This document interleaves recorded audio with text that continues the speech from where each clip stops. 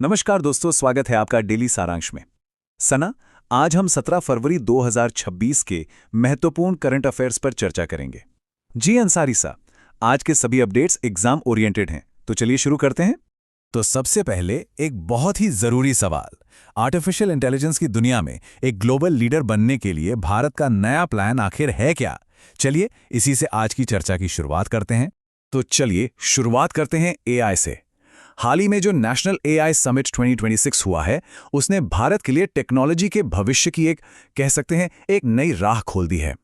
तो ये समिट हुआ था नई दिल्ली में और इसे ऑर्गेनाइज किया था मीटी ने, मतलब ministry of electronics and information technology. अब जो सबसे दिलचस्प बात है वो है इसका फोकस। सरकार ने अपना नजरिया बदला है।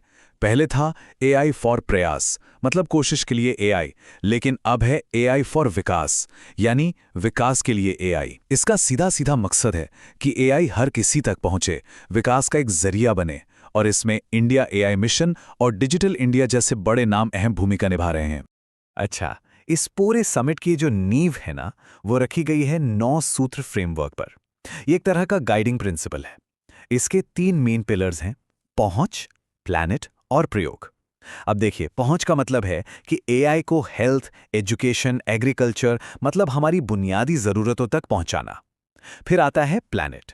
इसमें एआई का इस्तेमाल क्लाइमेट चेंज से लड़ने और हमारे पर्यावरण को बचाने के लिए होगा। और आखिर में है प्रयोग, जिसके जरिए इकोनॉमी को बूस्ट मिलेगा और पब्लिक सर्विसेज और भी बेहतर होंगी। स्टूडेंट्स इसे जरूर नोट करें।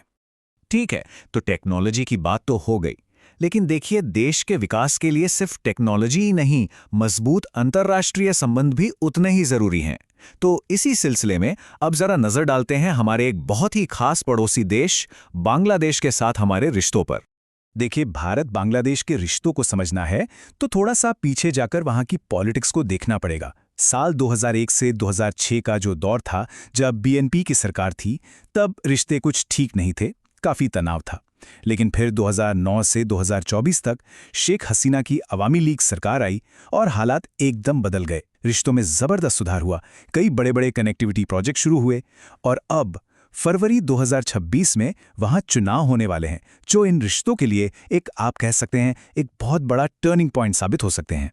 तो अगर हम देखें तो दोनों देशों के बीच सहयोग भी है और कुछ विवाद वाले मुद्दे भी हैं। एक तरफ आर्थिक रूप से बांग्लादेश हमारे उपमहाद्वीप का सबसे बड़ा ट्रेड पार्टनर है, ये तो हुई अच्छी बात।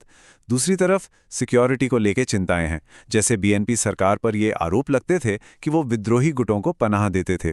खैर, अवामी लीग के आने से कनेक्टिविटी तो बहुत बड़ी है, पर बॉर्डर पर जो शूट एट साइट जैसी पॉलिसीज हैं और बॉर्डर किलिंग्स हैं, वो आज भी एक बहुत सेंसिटिव और विवादास्पद मुद्दा है।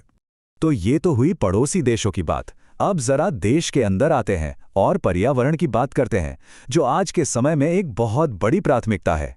चलिए देखते हैं कि इस फील्ड में क्या कुछ बड़ा हो रहा है। तो पर्यावरण से जुड़ी एक बहुत ही बड़ी खबर है। ये है ग्रेट निकोबार प्रोजेक्ट। इसके लिए एनजीटी यानी नेशनल ग्रीन ट्राइब्यूनल ने पता है कितने, पूरे 81,000 करोड़ रुपए के भारी भरकम बजट को मंजूरी दे दी है।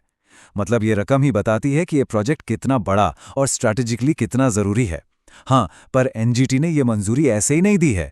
इसके साथ बहुत सख्त शर्तें रखी हैं ताकि पर्यावरण को कोई नुकसान ना हो और विकास और प्रकृति में एक बैलेंस बना रहे। अब आते हैं बांधों की सुरक्षा पर। यहाँ 2 जरूरी डेवलपमेंट्स हुए हैं जिन्हें समझना जरूरी है। पहला तो है जयपुर में हुआ आईसीडीएस 2026 कॉन्फ्रेंस। इसका मेन फोकस था डीआरआईपी यानी dam rehabilitation and improvement project के फेज 2 और 3 को रिव्यू करना। और दूसरा है 2021 का डैम सेफ्टी एक्ट। ये एक्ट एक परमानेंट सिस्टम बनाने पर जोर देता है, जैसे कि नेशनल डैम सेफ्टी अथॉरिटी या एनडीएसए। तो मतलब एक का काम है सुधार की समीक्षा करना और दूसरे का काम है निगरानी और मेंटेनेंस के लिए एक पक्का ढांचा तैयार करना। बहुत महत्वपूर्ण बिंदु है सना। तो हमने विकास और पर्यावरण की बात कर ली। अब चलिए देश की सुरक्षा और संस्कृति से जुड़े कुछ अहम अपडेट्स की तरफ बढ़ते हैं। तो हाल ही में हमारी सेना ने 2 बड़े अभ्यास किए हैं। एक है वज्रघाट। ये हुआ जैसलमेर के पोखरण रेंज में। यहाँ का मकसद था रेगिस्तान जैसे मुश्किल हालात में K9 वज्र सेल्फ प्रोपेल्ड हॉविट्जर की ताकत और हमारी टैक्टिक्स को परखना। और दूसरा था भारत थाईलैंड वायु अभ्यास, जो अंडमान और निकोबार में हुआ। ये हमारी एक्ट ईस्ट पॉलिसी का हिस्सा है और इसका लक्ष्य था थाईलैंड के साथ पार्टनरशिप को और मजबूत करना। इसमें Su-30 MKI जैसे हमारे बेहतरीन विमानों ने हिस्सा लिया। और अब बात करते हैं हमारी संस्कृति की। एक बहुत ही गर्व की बात है कि ओल्च की लिपि ने अपने 100 साल पूरे कर लिए हैं। ये एक बहुत बड़ा मील का पत्थर है और इस मौके को यादगार बनाने के लिए एक खास सिक्का और डाक टिकट भी जारी किया गया है। आपको बता दूं कि इसे 1925 में पंडित रघुनाथ मुर्मू ने बनाया था और ये संथाली भाषा की ऑफिशियल स्क्रिप्ट है। और इसकी अहमियत आप इसी बात से समझ सकते हैं कि इसे 2003 में 92वें संविधान संशोधन के जरिए हमारे संविधान की 8वीं अनुसूची में भी शामिल किया गया था। तो आज हमने देखा कि कैसे टेक्नोलॉजी, डिप्लोमेसी और डिफेंस में देश आगे बढ़ रहा है। ये सब देखकर एक बहुत बड़ा सवाल मन में आता है कि इस तेज रफ्तार विकास के साथ साथ भारत अपने पर्यावरण और अपनी अनमोल सांस्कृतिक विरासत को बचाने का संतुलन आखिर कैसे बना सकता है। आज के लिए इतना ही अंसारी सर। धन्यवाद सना। दोस्तों, वीडियो पसंद आया हो तो लाइक, शेयर और सब्सक्राइब जरूर करें। आप देख रहे थे मंजिल विद अंसारी।